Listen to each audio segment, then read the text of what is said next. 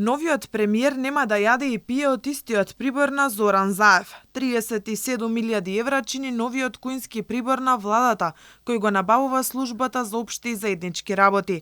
Еурефи инженеринг, ДЛ Конкорд и Дидакс, сите три фирми од Скопје, треба да обезбедат 30 парчиња ножеви од по 10 евра, вилушки од по 9 евра и лажици од по 6,5 евра. За угостителскиот прибор за јадење со највисок квалитет, порцелан, инокс и кристал, владата ќе искешира 17.000 евра.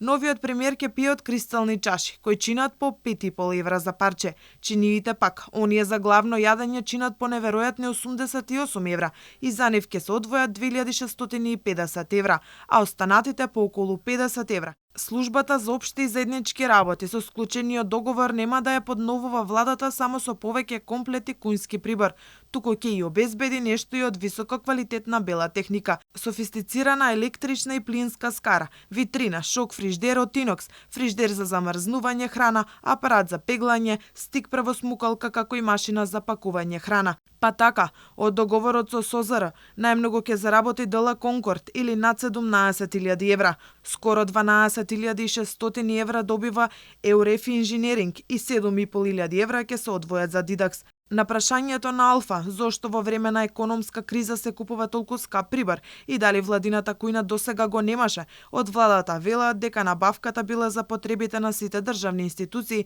вклучително председателот на државата, собранието и владините институции, како и за сите посети на странски делегации, а не само за владата и премиерот.